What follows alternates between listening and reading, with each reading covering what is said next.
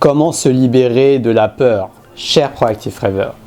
En ces temps de peur avec cette histoire de virus, j'aimerais te parler de ta manière de gérer les peurs de manière globale pour pouvoir t'en immuniser et pour pouvoir aller de l'avant et pas sombrer dans la peur. Parce que la peur, ça nous bloque, ça bloque notre système immunitaire. On est moins fort, on est moins créatif et on ose moins agir pour ce qui compte vraiment pour soi.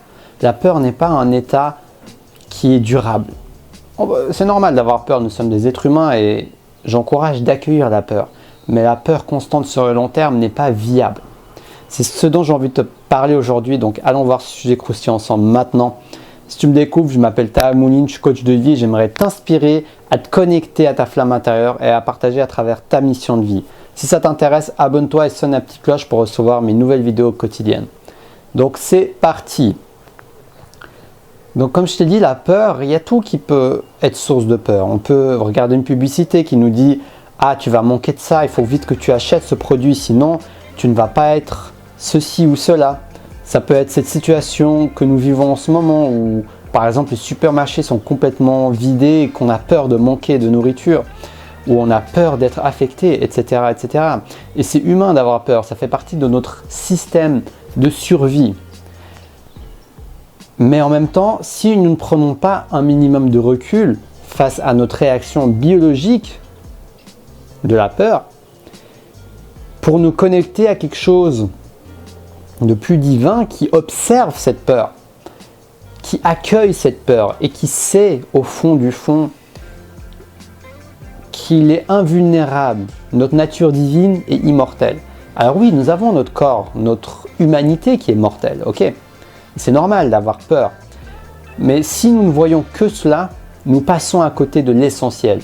Pour moi, l'essentiel, c'est de prendre conscience que nous avons quelque chose qui va au-delà de la biologie. Nous avons quelque chose, on peut appeler ça Dieu, on peut appeler ça notre âme, on peut appeler ça l'énergie, mais on a quelque chose que nous pouvons ressentir au plus profond de nous-mêmes. Et cette chose, c'est que tout cela, au fond du fond, n'est qu'un jeu. Au fond du fond, c'est un test. Au fond du fond, c'est un challenge. Au fond du fond, c'est une épreuve. Et que nous avons le choix de choisir une nouvelle perspective. Transformer ta perspective, c'est une des manières de te libérer de la peur. De quelle manière vas-tu voir ces événements qui se passent? Vas-tu les voir de manière comme une opportunité, comme un challenge que la vie t'envoie pour évoluer? Ou vas-tu plutôt voir cela seulement comme un risque? La vie est de toute façon un risque. Alors oui, bien sûr, avec tout ce qui est médiatisé, tout ça, on est focalisé sur ce risque-là, sur ce fameux virus. Mais au fond, chaque matin est un risque. Chaque respiration est un risque. Chaque fois qu'on nous sort en dehors est un risque.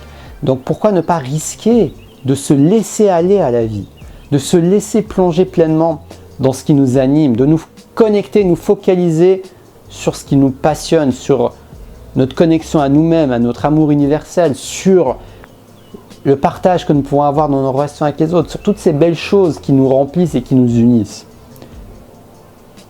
Ça va t'aider à vibrer des choses plus positives, de te connecter à tout cela. Ah oui, de temps en temps, une petite peur par-ci par-là, mais surtout ne pas la laisser prendre tout le flot de tes pensées et de ta vie. Parce que vivre dans la peur, au final, c'est mourir avant de mourir. Parce que vivre dans la peur, c'est arrêter de vivre. C'est de passer son temps à survivre plutôt que de vivre, plutôt que d'expérimenter. Et ça, ce n'est pas vraiment vivre. On peut être un mort vivant, être vivant, mais être mort à l'intérieur. Donc moi, je te recommande de renaître à l'intérieur, de te réveiller à l'intérieur, d'être vivant à l'intérieur. Comme ça, tu as un peu plus de recul par rapport à l'extérieur. Accueillir la peur, c'est accepter d'avoir peur. Ok, c'est normal. Nous sommes des êtres humains, nous ne sommes pas parfaits, nous avons notre système de survie, ok. Et nous avons même des peurs qui... par exemple là, ok, il y a une peur concrète, mais parfois c'est disproportionné, ok. Donc prends du recul, regarde des chiffres. Compare ça avec des chiffres de choses dans lesquelles tu ne te préoccupes même pas. Un exemple, tout bête, mais combien de personnes meurent de faim chaque année? Tu peux penser à tous ces autres statistiques qui arrivent chaque jour de ta vie. mais auxquelles on ne pense pas. Alors je ne suis pas en train de dire qu'il ne faut pas prendre de précautions. Je ne vais pas te dire quoi faire. Fais ce que tu ressens. Bien sûr, on est dans quelque chose de collectif là aujourd'hui avec ce qui se passe avec ce virus, et qu'on est dans une sorte de... On dépend les uns des autres. On se rend compte à quel point nous sommes interconnectés avec cette histoire de transmission. Parce que nous savons que nous avons une influence sur les autres. Nous nous rappelons que nous avons une influence sur les autres. Parce que c'est toujours le cas. Nous sommes connectés, même si on a l'air d'être séparés dans cette dimension. Nous sommes interconnectés. Donc, nous allons avoir une influence sur les autres. Nous allons avoir une influence sur l'autre et elle est matérialisée par ce qui se passe là. Donc, si cette crise peut te permettre de te rappeler de cette vérité, eh ben, pour moi, c'est quelque chose de positif, malgré bien sûr les dégâts que ça fait aux gens et que voilà, je leur souhaite de pouvoir traverser cette épreuve. Et bien pour toutes les victimes, bien sûr, c'est aussi triste pour ces personnes, mais en même temps, globalement, c'est quelque chose qui peut nous aider à évoluer, qui peut nous aider à prendre conscience que mon geste que je fais influence non seulement ma santé et ma vie, mais aussi la vie des autres. Et donc on a une certaine responsabilité dans cette interconnexion de la vie, et que chacun peut jouer son rôle. Chacun peut faire ce qu'il peut à son échelle pour tout simplement contribuer au tout, pas qu'à soi-même, au tout. C'est un petit rappel, je pense, de l'univers qui selon comment on le prend, peut être très inspirant. En tout cas, moi je t'encourage à le prendre de cette manière pour pouvoir en tirer quelque chose de positif et d'instructif pour ta vie et celle des autres. Donc si cette vidéo t'a plu, like, partage, abonne-toi comme d'habitude, surtout en ces temps où on est enfermé chez soi. Mes vidéos pourront te donner du positif pour traverser ces épreuves, en tout cas c'est ce que je souhaite.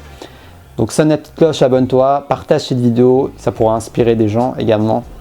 Et si tu veux une séance de coaching avec moi par Skype, tu me contactes via Facebook ou en commentaire sur YouTube. Je te donnerai les moyens de me contacter pour une séance d'une demi-heure offerte pour qu'on puisse faire connaissance et voir si je peux t'aider à avancer, à évoluer dans ta prise de conscience, dans ta connexion à ta flamme intérieure et dans ta mission de vie. Donc je te souhaite une très belle fin de journée et surtout, reste connecté à ta flamme intérieure.